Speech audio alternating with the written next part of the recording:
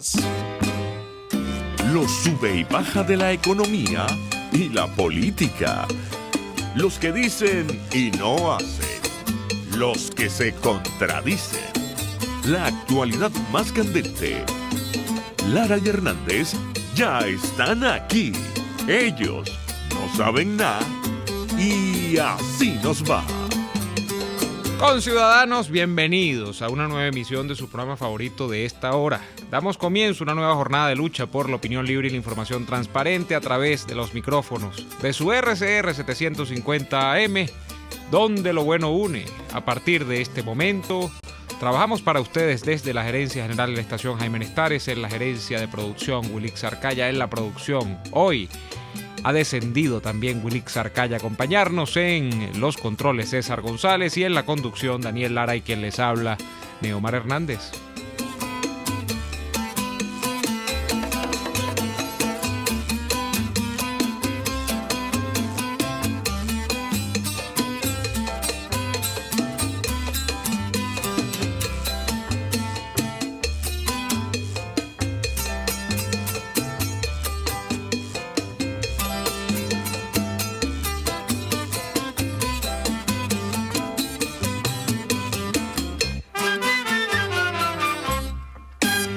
De igual modo, saludamos a quienes ya sintonizan a través de www.rcr.tv,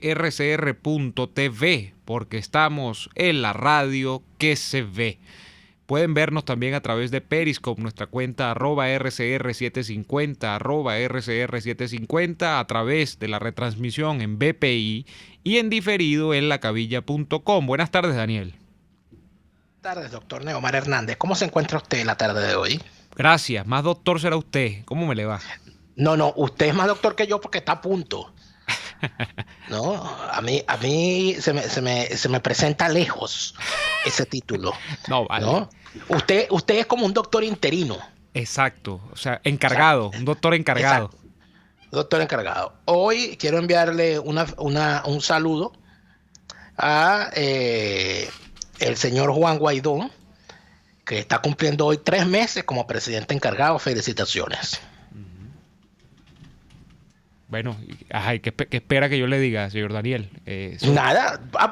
¿Tú no quieres que yo felicite a Guaidó? No, sino que yo pensé que tú luego ibas a dar una argumentación de eso que tú estás diciendo, pero veo que no, que tú pero entonces tú no consideras que yo no debo felicitar a Juan Guaidó, pero está cumpliendo hoy 3 meses de presidente encargado. ¿Estás viendo cómo tú eres? Bueno, son 3 meses, efectivamente, desde que asumiese el gobierno interino. Ayer me dejaste en ridículo haciendo tu live para hablar de Game of Thrones, y entonces yo iba a hablar de cosas banales y tú empezaste a hablar de las teorías hobbesianas presentes en los capítulos de Game of Thrones y yo quedé en ridículo. Yo dije, pero este hombre sabe demasiado, ¿qué hago yo aquí? Mira, efectivamente, sí, son 3 meses de que Juan Guaidó asumiera el gobierno interino de la República, o de lo que alguna vez fue la República de Venezuela, y que tratamos de que nuevamente sea una república. Y sí, yo creo que hay que sacar cuentas, ¿no, Daniel? De estos 3 meses. Hay una especie de, por cierto, de visión que toma alguna gente sobre el asunto, que puede ser muy pesimista y muy negativa también, en el término de que los objetivos, como dijo algún infausto difunto alguna vez, por ahora no han sido conseguidos o no se han logrado. Y los objetivos eran, número 1, el cese de la usurpación, luego el gobierno de transición y las elecciones libres para culminar con justamente eso, selección de un nuevo presidente emanado de la voluntad popular. ¿Qué sucede? Bueno, que el problema planteado y la resolución del mismo no es tan fácil, era más compleja de lo que se pensaba, de lo que inclusive creo que no solamente los factores internos en Venezuela, sino de los factores sobre todo externos, veían que iba a ser esta situación. Yo creo que por algún momento se subestimó el tema venezolano. Ya el diagnóstico es suficientemente claro para los que están dentro y para los que están fuera del país, y creo que a esta altura solo toca, tomar cartas en el asunto. Ya no vale la pena distraerse ni siquiera en diagnósticos o interpretaciones alternativas. El problema es muy claro, el problema es que hay una situación de secuestro en Venezuela, el problema es que esta situación de secuestro no tiene, digamos, cotos o no tiene puntos finales con respecto a posibles, digamos, llamados a la conciencia de quienes usurpan el poder, posibles remordimientos de esa conciencia, y en ese sentido Solo queda entonces desarrollar una política para solucionarlo. ¿Y cuál es la política para solucionarlo?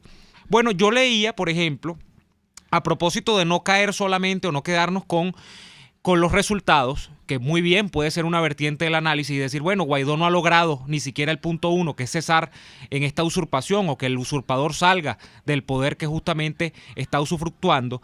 Hay una lectura que yo hacía que propone Aníbal Romero y es de ver ya definitivamente el problema venezolano como una guerra, ¿no? Cosa que tú y yo, Daniel, hemos más o menos de alguna manera manejado desde hace un buen tiempo, o por lo menos hemos propuesto esa visión alternativa del problema venezolano. Ya yo creo que ni es ni alternativa, es quizá la única, y no estoy hablando de verdades únicas, pero creo que hay demasiados indicios de que efectivamente el chavismo lo que tiene contra la ciudadanía es un proceso de guerra, es una confrontación, es un conflicto abierto.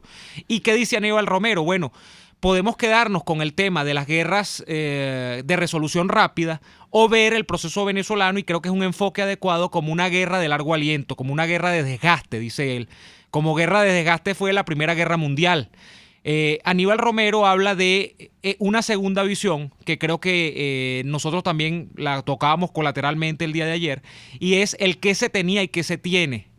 Para hablar de una guerra de desgaste habría que decir que Nicolás Maduro efectivamente ya tiene a medio mundo en contra, y como tiene medio mundo en contra, sus fuentes de financiamiento, por ejemplo, apuntan a ser cada vez menos y más precarias. Nada más basta ver lo que ocurre con el tema petrolero, y más ahora cuando ayer también tocábamos el tema de las sanciones a las compras de crudo iraní, que eso debería en teoría potenciar el precio del petróleo a nivel mundial, en términos generales, por supuesto, están los diferentes tipos de crudo, pero el petróleo venezolano en términos generales debería beneficiarse de esa situación, porque si hay restricciones a la compra de petróleo iraní, el petróleo venezolano que está en el mercado internacional debería beneficiar al gobierno que esté en Venezuela. Bueno, eso no es así, porque para empezar, las sanciones ya restringen las operaciones con PDVSA, entonces ya ni siquiera por allí hay beneficios, entonces cada vez el margen de maniobra de Maduro es más limitado. Lo que sucede es que la pregunta sigue orbitando, y la pregunta que tenemos y que sigue orbitando es justamente, ¿va a ser suficiente el tema de unas largas jornadas de sanciones para que esta gente termine de aflojar? Quizá no, pero quizá haya que transitar ese desierto para ver y para dar con una verdadera respuesta sobre esta situación. Pero llamo justamente a ver esto así. Hay una confrontación planteada, hay un conflicto abierto planteado, y en esos términos no es que Juan Guaidó tenga todas las de perder, no es que los demócratas venezolanos tengan todas las de perder y Maduro todas las de ganar. No la tienen fácil tampoco, solamente que el proceso no es tan fácil y no es de tan rápida resolución como muchos querríamos que fuese. De hecho, por eso es que llamo, Daniel, y llamábamos ayer también, a que la gente no se haga ilusiones y no plantee nuevamente el 1 de mayo como una fecha culmine, como la fecha final, porque esto no se va a solucionar justamente con una marcha, ni se va a terminar de derroer lo que queda de chavismo con una movilización de calle. ¿Que eso ayuda? Sí, ayuda fundamentalmente a que la gente no se resigne, a que la gente no caiga bajo las fauces del comunismo, pero no es la resolución del problema planteada en esos términos lo que vamos a tener el 1 de mayo. Entonces hay que tener muy claras las expectativas, y creo que enfocar el problema desde ese punto de vista también nos ayuda a entender que tenemos cosas que no teníamos el año pasado, que hay un panorama distinto. Hay que ver hasta dónde esos actores que ahora nos acompañan en este nuevo panorama, al menos del plano retórico, logran trascender al plano de la práctica y logran abocarse a la solución del problema venezolano, como también tenemos que abocarnos nosotros, pero no solo no podemos, que es importante también tenerlo en cuenta, Daniel. Yo creo que si vamos a hacer además una revisión de las ganancias y las pérdidas, quizás sería un poquito injusto, ¿no? Porque, bueno, creo que no, la cuestión cuantitativa no está a favor de Juan Guaidó. Pero hay una cuestión cualitativa importante y también cuantitativo. Bueno, en estos 3 meses. Han sido como 3 años, sí. Que han sido como 3 años o 3 siglos. Hemos visto caer a el Pollo Carvajal. Y eso tiene su sentido, porque entonces cayó el Pollo Carvajal, se cayó 2 veces o 3. Primero cayó del chavismo y se declaró fiel a Juan Guaidó. Y eso bastó para que se tuviese que ir del país y además de eso para que cayera preso. Entonces, eso es un señalamiento. Es necesario decir además, bueno, en estos meses cayeron otros personajes acusados de tantas cosas, ¿no? En los Estados Unidos y en otros países. Entonces yo creo que en realidad, yo tengo una posición, como siempre, algo escéptica con respecto a los cumplimientos de metas. Porque en el caso de la tragedia venezolana, a diferencia de lo que ocurre en sistemas democráticos, en los sistemas democráticos el tiempo siempre corre a favor de la oposición, porque a medida que pasa el tiempo, el desgaste del gobierno hace que la oposición tenga más razones, ¿verdad? Y acumule mayores pruebas para mantener su oposición, valga la redundancia. Pero cuando estamos hablando de un escenario de guerra contra la ciudadanía, de secuestro de la nación y todo lo demás, a medida que pasa el tiempo siempre corre a favor del secuestrador. Porque mientras más tiempo esté el rehén en sus manos, más caro va a ser su rescate, más sufrimiento se le inflige al rehén, más sufrimiento se le inflige a sus relacionados, etcétera. Entonces, eso es interesante y eso es importante verlo, porque de alguna manera, cuando se hace el análisis completo, entonces caemos en cuenta de que los rehenes no son representados por todo lo que nosotros creemos. Y los verdugos o secuestradores a veces no son ni los que nosotros pensamos. Por ejemplo, el tema de la intervención cubana en Venezuela. Tema que hemos aquí revisado mucho, ¿no? Pero nosotros no terminaremos en algún momento de caer en cuenta de que Cuba y los cubanos en Venezuela en realidad lo que eran, además de los castristas, además de aprovecharse de la situación y de vivir y de hacer todos los entramados de corrupción que hicieron y todas las barbaridades que hicieron aquí, etcétera, etcétera, no eran los cubanos más que una fuerza independiente intentando hacer algo en Venezuela, un instrumento de los rusos en medio de un juego, de los rusos y de los chinos, en medio de un juego internacional de pulso entre las grandes potencias. No sabemos, todavía no lo sabemos, la historia lo dirá. Pero cuando tú revisas eso, te das cuenta además de que pueden salir personajes, ¿no?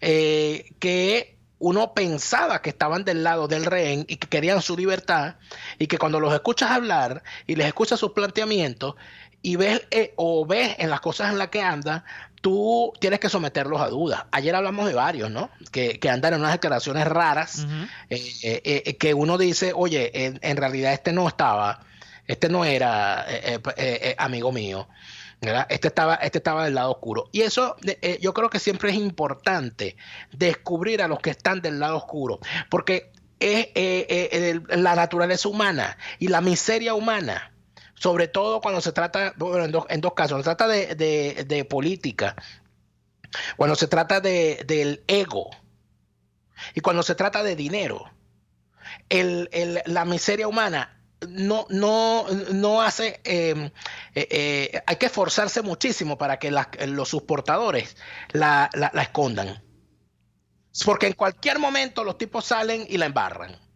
Bien sea porque le echan una trastada a alguien que pensaba que lo tenía como aliado, bien sea porque termina llevándose la alfombra, tumbando a todo el que estaba encima, o bien sea porque al final resultó ser parte del enemigo. Entonces, esas cosas, Neomar, al final, yo creo que el poner tiempo a este proceso que ya lleva 20 años y poner limitaciones de tiempo, a mí siempre me ha parecido difícil. Porque, oye, y sobre todo a medida que el tiempo ha pasado, ya son 20 años, mano. Son 20 años. Y por eso es que yo me preocupo tanto cuando veo las discusiones que tienen los que deberían ser los llamados a hacer proposiciones para restablecer la república en algún momento. No solamente para eso que llaman el cese de la usurpación, sino para lo que significa la construcción de una nueva Venezuela. Y cuando tú ves las discusiones en las que andan, cuando tú ves cómo se están peleando por botellas vacías, por cascarones vacíos, o están en medio de disquisiciones ideológicas, cuando no hay país, No, bueno, que este tiene que ser un país de derecha. Pero primero, ¿por qué no te preocupas que haya país? Y después decide el país que decida si quiere estar a la derecha, si quiere estar a la izquierda, si quiere estar al centro, si quiere estar arriba, si quiere estar abajo. Pero si no hay país, la discusión no puede ser ideológica, la discusión tiene que ser sobre la existencia del país. Esto, por supuesto, es algo que da para mucho más y ya el tiempo se nos ha agotado en este corte. Y hoy nos toca hablar de un tema del cual hablamos todas las semanas y que lamentablemente es una sección que nosotros quisiéramos no hacer, no porque no sintamos el compromiso, sino porque nos encantaría que no hubiese más presos políticos para no tener que hablar de ellos, sino hablar con los que se liberaron en algún momento. Pero lamentablemente este régimen no nos permite dejar de hablar de los presos políticos. Entonces vamos al corte, Neymar. Así es, vamos al corte y venimos con los presos políticos como todos los martes acá en Y Así Nos Va. Ya venimos. Usted escucha Y Así Nos Va con Daniel Lara y Neomar Hernández, solo por RCR 750 AM. ¿Te imaginas que alguien una las dos cosas que más te gustan solo para complacerte? Eso es lo que Il Sapore della Nonna hizo con la Ran Ran Burger, una pizza rellena con 500 gramos de carne, rodajas de tomate, queso, jamón y tocineta. La unión perfecta de una pizza y una hamburguesa. Con la Ran Ran Burger, Il Sapore della Nonna te da lo mejor de dos mundos, sin perder ese sabor característico de cada uno. No pierdas tiempo y búscala en la Avenida Victoria, muy cerca de la bomba de gasolina Guayana. Il Sapore della Nonna, el sabor de Italia en Caracas. Puedes seguirnos en nuestras redes sociales. En Twitter, @RCR750, la radio que se ve. Cuando hablamos de Honda, hablamos de Distasi Motors, el concesionario Honda que pica adelante en precios, condiciones y servicio. Todo el personal de Distasi Motors, tanto técnico como de atención, está actualizado, capacitado y certificado permanentemente para atender correctamente tu vehículo. www.distasi-honda.com.ve. Distasi Motors, tu concesionario Honda en Los Palos Grandes.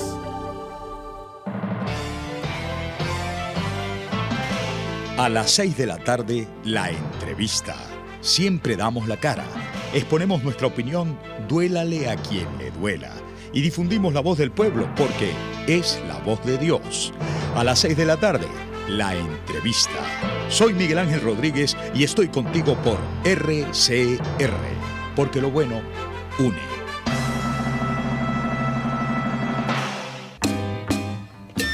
Les estamos presentando Y Así Nos Va, cuando se tiene algo que contar, con Lara y Hernández, solo por RCR 750 AM.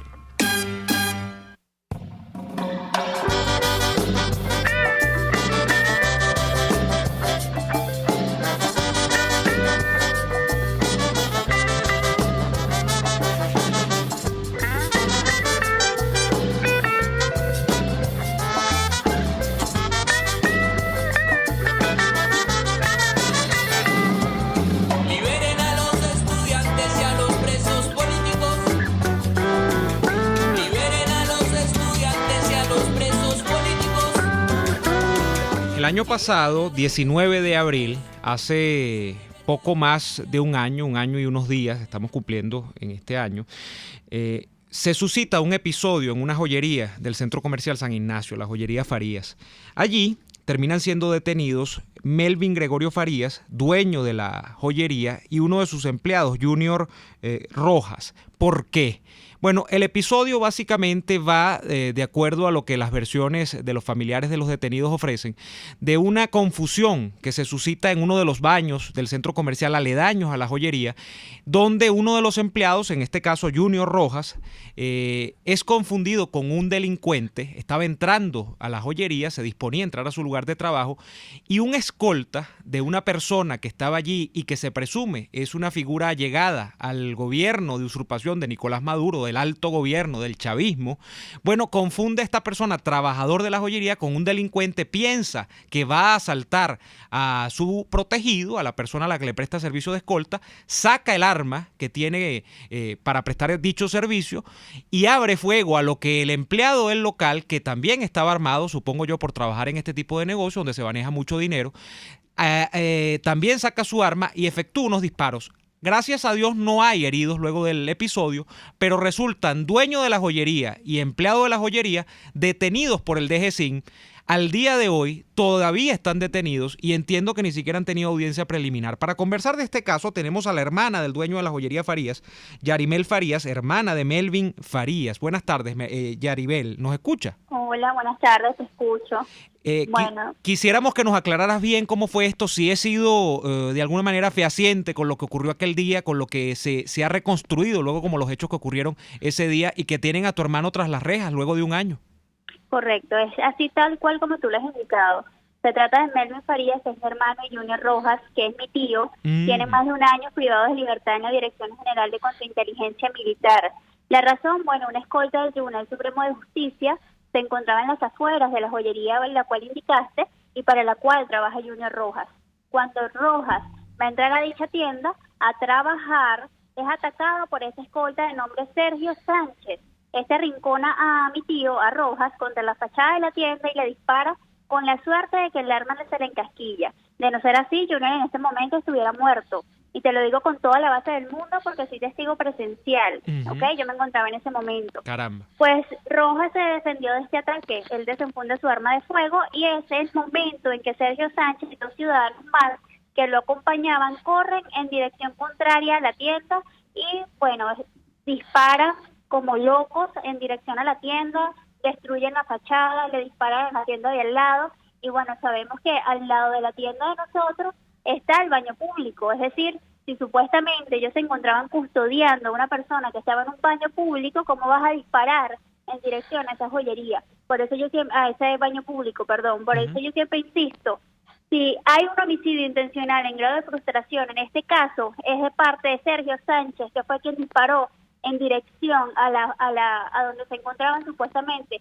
sus objetivos, no de Junior Rojas, porque no tiene ningún sentido. Al pasar los minutos...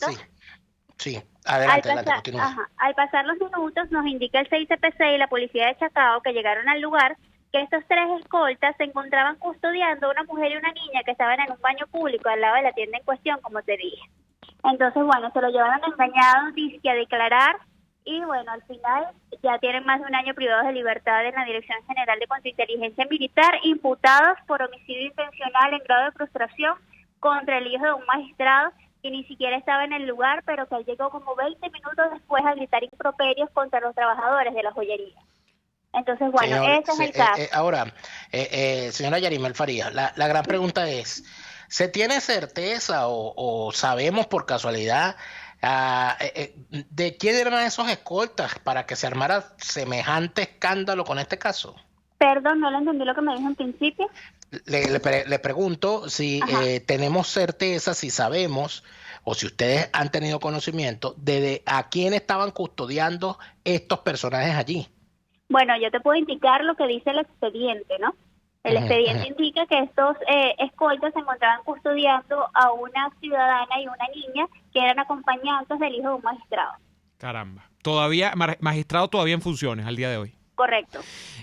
Cuando se produce esto y usted dice que han sido inculpados nada más que su hermano y su tío por el tema de el tiroteo, ¿qué le han dicho de parte de, si es que se puede hablar del sistema de justicia, de parte de los mismos custodios de sus familiares, a propósito de por qué el caso parece que está estancado? Porque entiendo que ni siquiera se ha hecho la audiencia preliminar un año después de que este episodio se haya suscitado.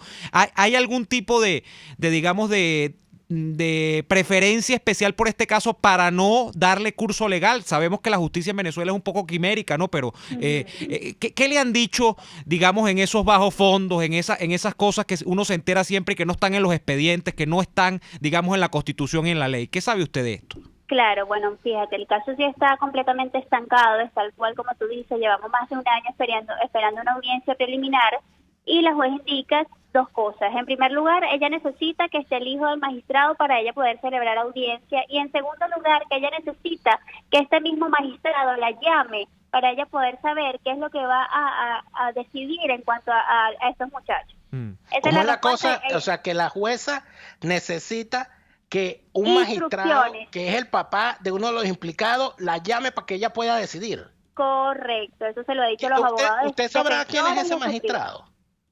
Sí, por supuesto, pero bueno, eso lo podemos buscar en redes sociales, que ha salido hasta decir basta. Bueno, Okay. Entiendo, señora Farías, que mañana ustedes tienen intención de protestar con respecto a este asunto que afecta a sus familiares, ¿no? ¿Era hoy la No, protesta? ¿O? exactamente, Hoy. sí, realizó el día de hoy. Fuimos un aproximado de 400 personas a protestar allí a una cuadra de Miraflores. Fuimos recibidos, nos recibieron un escrito y bueno, supuestamente debemos esperar un pronunciamiento al respecto, pero en caso de que no obtengamos los próximos días ningún pronunciamiento, seguiremos en las calles. Ya esta vez estuvimos en Miraflores y bueno, seguiremos. Yarimel, le pregunto ya en términos finales, ¿ha podido conversar con su tío, con su hermano? ¿Cómo están ellos de estado de salud? ¿La visita es frecuente, el régimen de visitas? ¿Cómo ha estado eso? La situación actual en Dijesim es que lo podemos ver los domingos solamente de 9 de la mañana a 12 del mediodía. Tienen las llamadas prohibidas, por lo que no podemos saber absolutamente nada de ellos entre semana. En cuanto al estado de salud, Melvin Farías, mi hermano, sufre de gastritis crónica y tiene una hernia en el estómago, que bueno, obviamente producto del encarcelamiento eso le empeora, ¿no? Obviamente. Claro. Y bueno, él ha llegado al punto de vomitar sangre cuando se desespera, cuando entra en depresión, porque obviamente que es un niño de 21 años y cae mucho en depresión. En cuanto a Junior Rojas, bueno, él gracias a Dios hasta el momento ha estado estable de salud. Caramba. Bueno, le agradecemos muchísimo por comunicarnos todos los detalles, confiar en nosotros y de verdad le ponemos estos micrófonos a disposición para, esperemos que así sea, con Dios mediante, avances de este caso en términos positivos para usted, para su hermano y para su tío. De verdad, muy agradecida por darme esta oportunidad. De verdad que sí. Gracias a usted.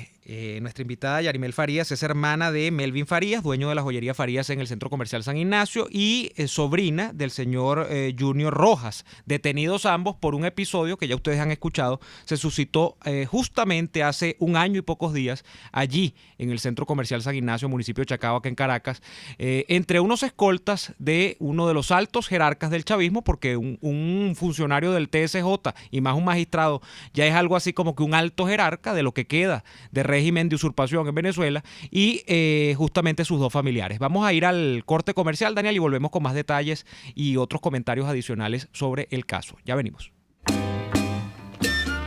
RCR les está presentando a Lara y Hernández en Y Así Nos Va por sus 750 AM.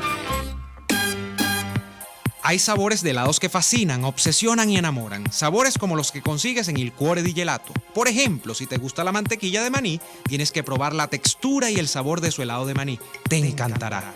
Esta y otras delicias las consigues en Il Cuore di Gelato. Disfrútalas en el nivel feria del Centro Comercial Multiplaza del Paraíso, frente a las escaleras mecánicas. Il Cuore di Gelato. Helados que llegan al corazón. ¿Estás buscando una empresa seria y confiable para enviar tus compras desde los Estados Unidos a Venezuela? Te la tenemos. Tuplata.com.be es la solución. Ropa, insumos, repuestos para tu vehículo, equipos electrónicos y un largo etcétera. Sin complicaciones. Compra lo que necesites y recíbelo en la puerta de tu casa. Puedes pagar en bolívares. Tuplata.com.be con sistema de rastreo del paquete a través de la web para que no le pierdas la pista. Contáctalos por el 0212-720-7343. Envíos tuplata.com.be. La tarifa más baja y en el menor tiempo. Puedes seguir nuestra programación a través de rcr.tv, la radio que se ve. Cauchera Fran Luis te ofrece cauchos nacionales e importados de las mejores marcas y en todas las medidas, al mayor y de tal. Para mayor información visita @Cauchera San Luis en Twitter, Instagram y Facebook. O llama al 0412-815-6712. Cauchera Fran Luis, tu mejor opción.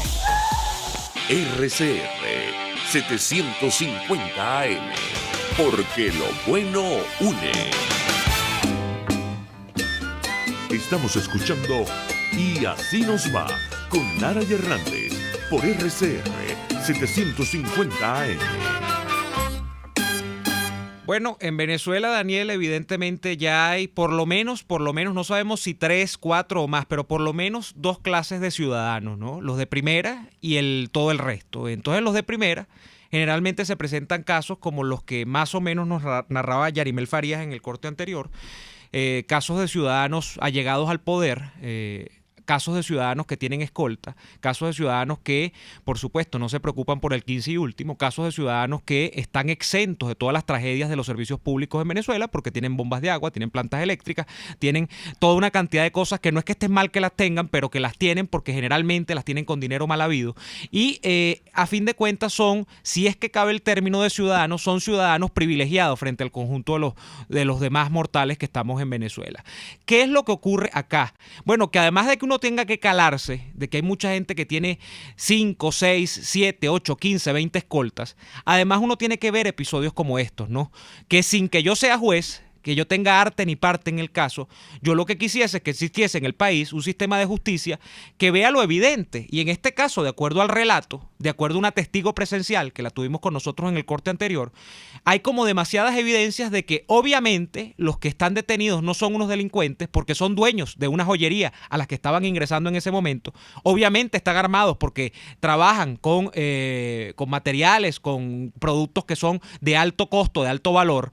Obviamente se suscitó un episodio que amerita investigación, pero que no está para, de alguna manera, llevarse a cabo como se está llevando en estos momentos, que es como si unos malandros atacaron unos escoltas de la nada de una persona que la atacaron por ser escolta de un funcionario de gobierno o un alto jerarca del gobierno.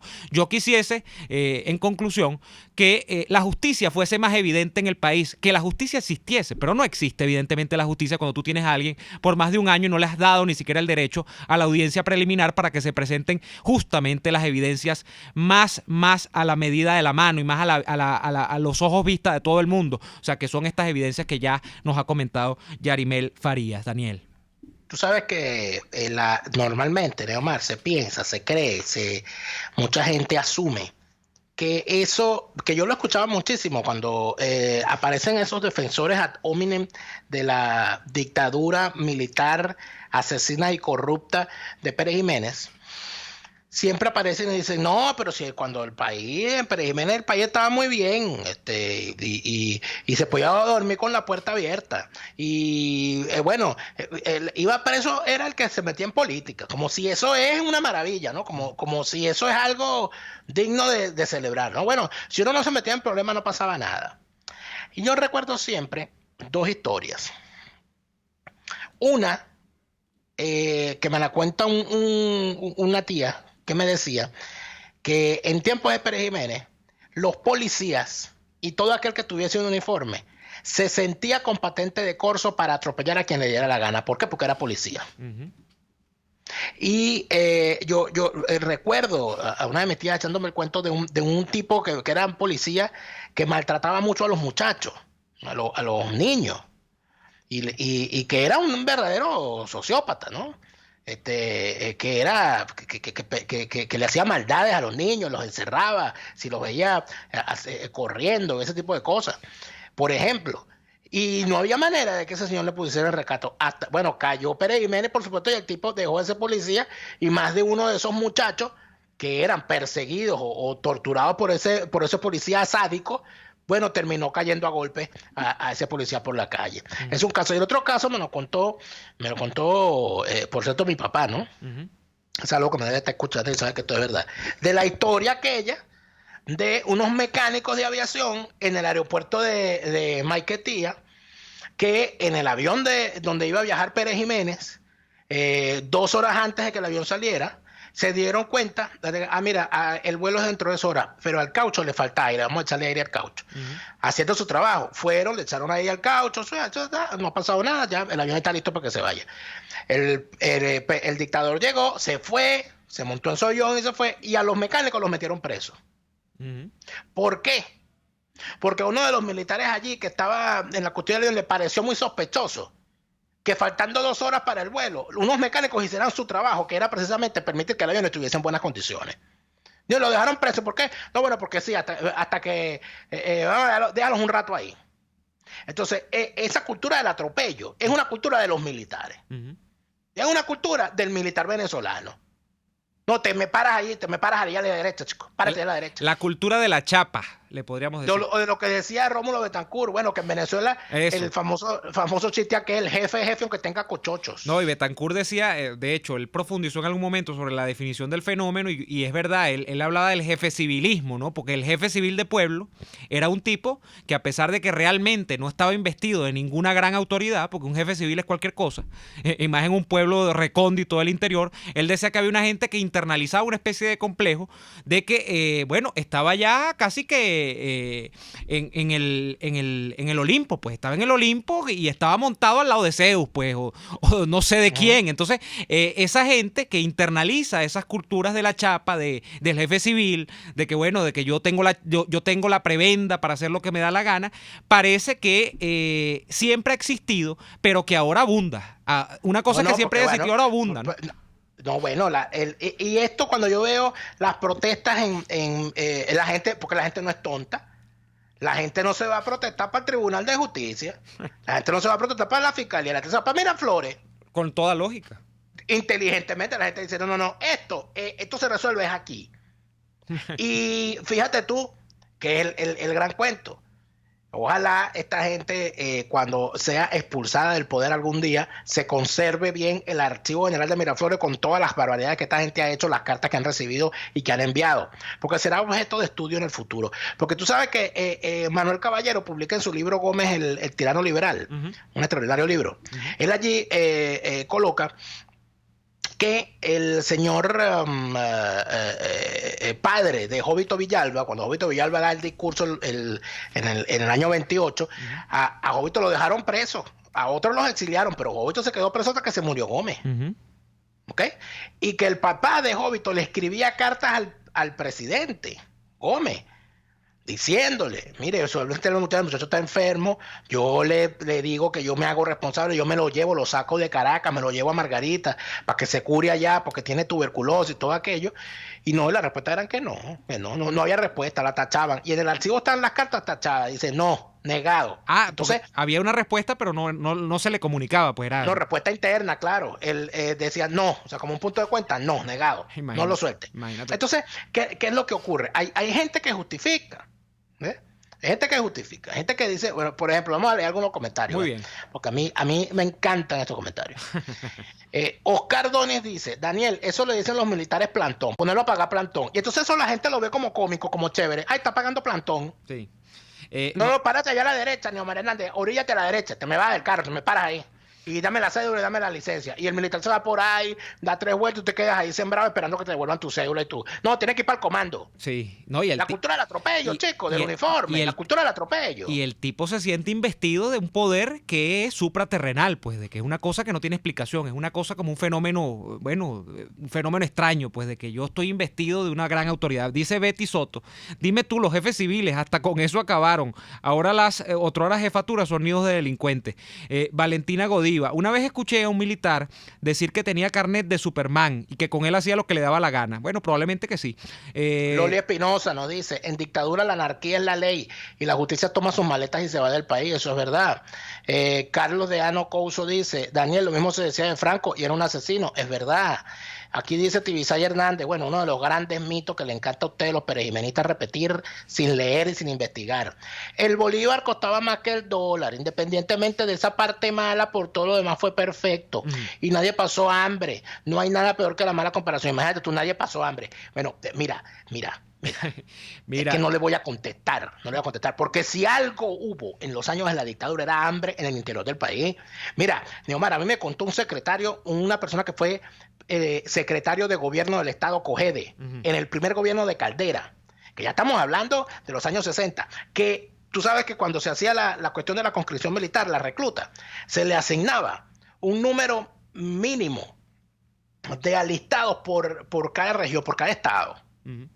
Entonces el estado Sucre tiene que mandar 1,000, el estado Zulia tiene que mandar 2,000 y así.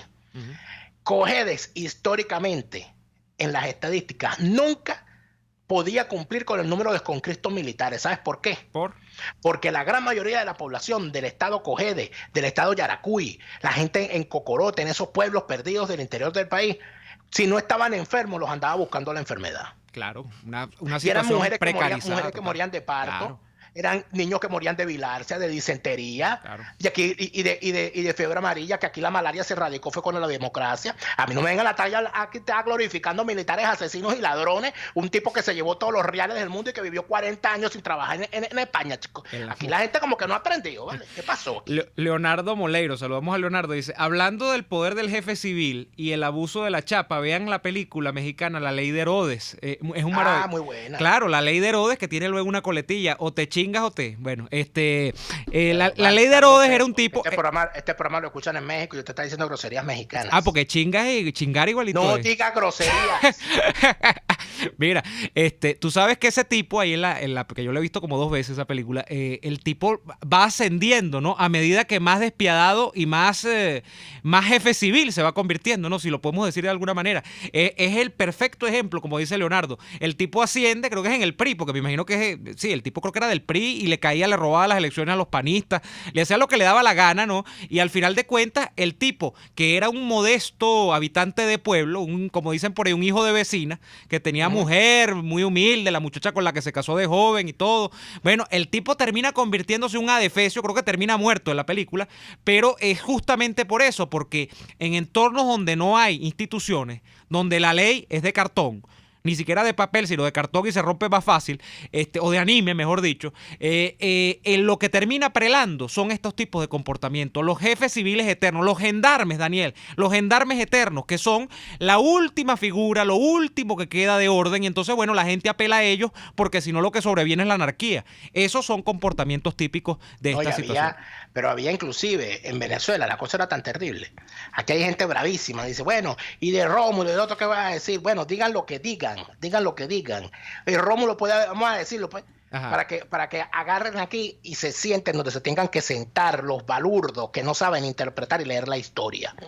Si Rómulo Betancourt llegó al poder por culpa de Pérez Jiménez, porque cuando llegó a presidente quien lo llevó fue Pérez Jiménez. Vamos a empezar por ahí. La primera vez, sí. Vamos a empezar por allí. Así que después que usted interprete eso, usted me podrá a mí decir lo que usted quiera. Pero el planteamiento es el siguiente. Fíjate tú. Aquí había una normativa hecha para los jefes civiles y los prefectos. Por ejemplo, la ley de vagos y maleantes era una ley que era aplicada normalmente por los prefectos y por los jefes civiles. Mira, y los cuentos que hay de gente que por caerle mal a un jefe civil o por levantarle una novia al que no era, le terminaban aplicando la ley de vagos y maleantes. O la ley del gatillo, que es peor, ¿oíste? No, porque antes la cosa era más zanahoria, antes no se mataba tanto. Claro, ajá. Antes era más fácil mandarte para las colonias móviles del Dorado a hacer trabajo forzoso y a morirte de fiebre amarilla. Eso ocurría, Neomar. Y los cuentos son muchísimos. Mira, aquí hubo un caso, antes de que vayamos al corte. Empezandito el gobierno de Chávez. Porque esa era la otra. Si te aplicaban la ley de vagos y maleantes, y al aplicarte la ley de vagos y maleantes te mandaban preso. Y te quedaba el antecedente. Y entonces, como tenías antecedentes, no te daban carta policial y por lo tanto conseguí trabajo. Prácticamente te condenaban al hambre. Eso pasó en democracia. Ahí está. Estoy criticando la democracia, pues, para que vean. Que vean que estamos haciendo una crítica sincera y real. Aquí está la gente muy molesta porque dice que tú eres muy adeco. No, yo dejé de ser adeco. Tú eres post-adeco. Yo dejé de ser adeco. Yo lo que estoy haciendo es un análisis certero de la historia. Claro. Y tengo 5 minutos criticando la democracia y no me dejan hablar Neomar Hernández porque no les gusta que yo diga estas cosas. Bueno, mira, es que yo escúchame. es que yo soy muy antiadeco, sobre todo. Antes de irnos al corte, mira, ¿qué pasaba? Empezando el gobierno de Chávez, hubo un señor que había sido comunista, todo aquello. A ese señor lo agarraron preso en los años 60 en el gobierno de Rómulo, poniendo una pinta en una pared. Él era comunista. Y él estaba rayando la pared poniendo RR, que significaba renuncia a Rómulo. Era una campaña contra Rómulo. Y el señor lo agarraron preso. Y el jefe civil lo agarró preso y le aplicó la ley de vagos y maleantes y lo mandaron 2 años para el Dorado. Para el Dorado no, el Dorado creo que no existía. Lo mandaron 2 años preso. Cuando el señor sale, el señor tenía antecedentes y entonces era comunista y todo aquello, no conseguía trabajo y el señor se le echó a perder la vida. Gana Chávez y por supuesto él estaba montado en el carro del chavismo. Claro. Resulta ser que el juez o el funcionario, que creo que no sé qué cargo tenía, pero el funcionario que le aplicó la ley a ese señor se llamaba un funcionario de bajo rango en aquel momento de nombre Ramón Escobar Salón. Y ocurre que empieza el gobierno de Chávez, ¿verdad? Y este señor, el ofendido, pues el que había estado preso, era funcionario del gobierno de Chávez en un bajo cargo acompañando a Luis Miquilena. y estaban me acuerdo que eso fue en la fiesta del Nacional del año 99. Y el señor se encontró a Ramón Escobar Salón y se le fue encima y le dio una cacheta y lo tiró para el piso. Le dijo, tú me desgraciaste a mí la vida. Eso yo lo vi. Eso es historia real. Los resentimientos que dejó la ley de vagos y maleantes no son cuentos de camino. Los que quieran criticar a la democracia tienen algo, pues, para que la critiquen como es. Bueno, yo quiero darle las gracias a Damaris Acosta, que está en sintonía. Me ha dejado Damaris hoy 2 libros de Herrera Luque, Daniel. Historia fabulada y Los Amos del Valle, que no tenía esas 2 ediciones. Y voy a leer cuanto antes esos 2 libros. Qué fantástico escritor es Francisco Herrera Luque, de verdad que sí. Yo creo que se le ha tributado poco homenaje a su memoria y a su obra, que es amplísima además. Vamos a ir al corte, Daniel. Vamos al corte y venimos con la parte final de este programa del día de hoy. Ya venimos. Escuchamos Y Así Nos Va con Lara y Hernández, porque la realidad no se tapa con un dedo. Solo por RCR 750 AM. Hay sabores de helados que fascinan, obsesionan y enamoran. Sabores como los que consigues en Il Cuore di Gelato. Si de fruta se trata, no te pierdas el de fresa, el de mora o el de pay de parchita, con ese toquecito de acidez que nos encanta. Esta y otras delicias las consigues en Il Cuore di Gelato. Disfrútalas en el nivel feria del Centro Comercial Multiplaza del Paraíso, frente a las escaleras mecánicas. Il Cuore di Gelato, helados que llegan al corazón. Hay muchas empresas de courier, pero solo una con la que envías rápido, seguro y al mejor precio. En tuplata.com.be manejan tiempos récord. Despachando los viernes, recibes tu paquete a los 3 o 4 días, si el envío es aéreo, y a las 3 o 4 semanas, si es marítimo. Y si vives en el interior del país, no te preocupes. Tuplata.com.be tiene cobertura nacional. Entregan directo en Maracay, Valencia, Barquisimeto, Maracaibo, Puerto La Cruz, Puerto Ordaz y Maturín. Puedes pagar en bolívares. Envíos tuplata.com.be, la tarifa más baja y en el menor tiempo. ¿Te agarró la hora del almuerzo y quieres comerte algo sabroso? Te invitamos a visitar Il Sapore de la Nonna y a probar su promoción en pastas. Las deliciosas plumitas con vegetales salteados, la rica pasta Napoli con albahaca, la espectacular pasta al pesto, la inmejorable pasta al filetto y muchas más. Una delicia. En Il Sapore de la Nonna ahora tienen promoción en variedad de pastas. Pruébalas. Visítalos en la Avenida Victoria, muy cerca de la bomba de gasolina Guayana. Il Sapore de la Nonna, el sabor de Italia en Caracas. RCR 750 AM. Porque lo bueno une.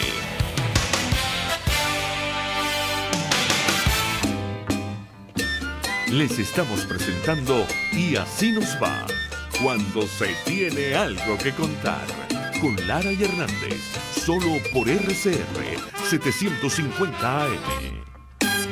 Bien, como Daniel, como en Corpoelec a veces escucha que este programa, no sé, hay una extraña afición por RCR en términos generales. Hay una denuncia de sin luz desde ayer a las 11 de la mañana en la avenida principal de Palo Verde, casi todos los edificios sin luz. Corpoelec, a ver si hace el milagro de que se haga la luz.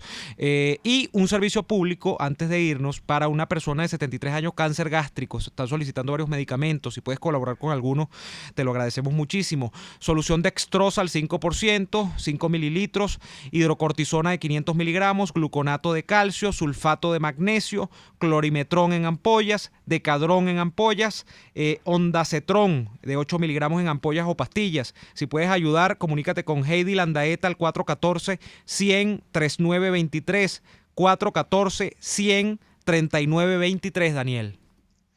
Bien, hay una noticia que se ha conocido el día de hoy, y que el canal colombiano que atiende muchísimo la realidad venezolana, NTN 24, difunde a través de sus cuentas, de sus redes sociales. Asamblea Nacional aprueba proyecto de acuerdo para la creación de un centro de comunicación nacional que será presidido por el periodista Alberto Federico Rabel. Será el órgano oficial de comunicación del gobierno del presidente encargado, Juan Guaidó. Como se recordará, Alberto Federico Rabel era uno de los dueños de Globovisión antes de que, como dueño de Globovisión, él y los demás decidieran venderle a Raúl Gorrín. El señor Alberto Federico Rabel es además uno de los, entiendo que es el propietario del portal web lacavilla.com. No, la cabilla no, la patilla. ¿Cómo? La patilla, no la cabilla. La cabilla es el tuyo. No, la patilla. La patilla. No dije la cabilla, dije la patilla. Dijiste la cabilla, está grabado, chapo. Lapatilla.com, lapatilla.com. Es algo importante decir esto, que no sé cómo lo vayan a interpretar, ¿no? Pero bueno, pero toca decirlo. Si de algo sabe Alberto Federico Rabel es de eso. Sí. De hecho, Alberto Federico Rabel formó parte de, primero, que si no lo recuerdo mal, él formó parte del equipo de campaña de Carlos Andrés Pérez en su primera campaña en el 73. Y después formó parte del gobierno de Lucinchi. De Lucinchi, claro, del equipo de prensa de Jaime Lucinchi. Fue presidente de BTV, ¿no? De personas de televisión. Sí, creo. No fue ministro de Comunicaciones, pero creo que... No, porque no existía, ese cargo no existía. No. Lo que existía era la director de la Oficina Central de Información. La OSI. Yo creo que fue la OSI. Fue director. No fue director de la OSI. Creo que no, no estoy seguro. Bueno, pero entonces esto responde un poco. Fíjate que tú hablabas al principio, no sé si fue ahorita o estoy recordando lo que dijiste ayer, del tema de la información y de la mejor que la información, de la comunicación en términos amplios, de lo que ha sido y de lo que es el gobierno de transición del presidente encargado Guaidó. Tú hablabas de eso. Vamos a ver si con esto se subsanan algunos, por decirlo, baches, ¿no?, que ha habido en ese sentido. Yo creo siempre, ojo, Daniel, y yo siempre he creído, y siendo yo periodista de la Central y todo lo demás, y yo no estoy diciendo acá rato que yo soy periodista ni nada de eso, porque no me hace mejor que nadie para estar en un medio de comunicación ni nada de eso, pero yo siendo periodista, yo digo, cuando siempre se habla de fallas de comunicación, que sí, puede que haya fallas de comunicación, y no hablo solo del caso de Guaidó, pero a mí me preocupan más las fallas políticas como tal que las fallas de la comunicación política de un personaje, de un movimiento, de un gobierno, de lo que fuere. Si bien en el siglo XXI todo hay que comunicarlo y comunicarlo bien, a mí me preocupa más la tesitura política real de las cosas, que estar diciendo que hay que maquillarlas mejor para que la opinión pública tenga conocimiento de ellas, o que hay que comunicarlas mejor.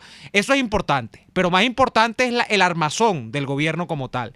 Y allí yo creo que sigue, a pesar de que no se ha hecho mal, sigue faltando todavía, sigue trabajo que falta por hacer, ¿no? Pero bueno, y eso será tema que seguiremos desarrollando en otros días.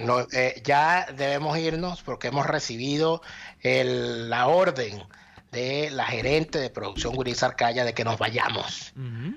No podemos seguir hablando, Neomar, menos tú, no hables más. No, ya yo no hablo más por hoy. No, que no hables, te dije, no hables, nos vamos, tenemos que ir. Este programa se acabó y le agradecemos muchísimo por habernos acompañado hasta ahora. Le pedimos, por favor, que nos acompañe de nuevo mañana. Hasta entonces. Por hoy termina Y Así Nos Va.